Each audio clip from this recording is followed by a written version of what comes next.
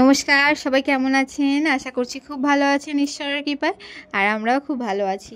সকাল 5টা বেজে যাওয়া মানে আমার প্রতিদিনের মতো সকালে শুরু হয় সকাল 5টা থেকে।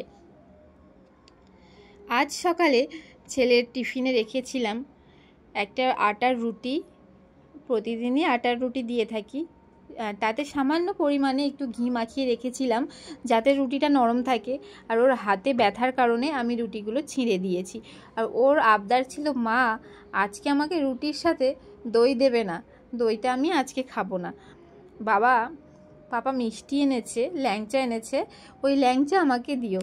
যদিও মিষ্টি আমি ওকে প্রতিদিন দিই না, জানি মিষ্টিটা প্রতিদিন দেওয়া ঠিক নয়, মাঝে মধ্যে তো একটা দেওয়াই যায়, তাও আমি একটা দিনই হাফ দিয়েছিলাম। আর সামান্য ওর জন্য ডাল চচ্চড়ি করেছিলাম।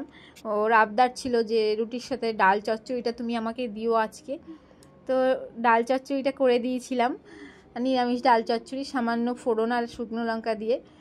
আর সঙ্গে রেখেছিলাম একটা শশা কুচি আর ল্যাংচার হাফ ল্যাংচা ছোট করে। এতে সামান্য কিছু দিলে এমন কিছু ক্ষতি হবে না। সপ্তাহে একদিন মিষ্টি দেওয়াই যায়, বা সপ্তাহে একদিন না হলেও অন্তত 2 সপ্তাহে একদিন দেওয়াই যায়।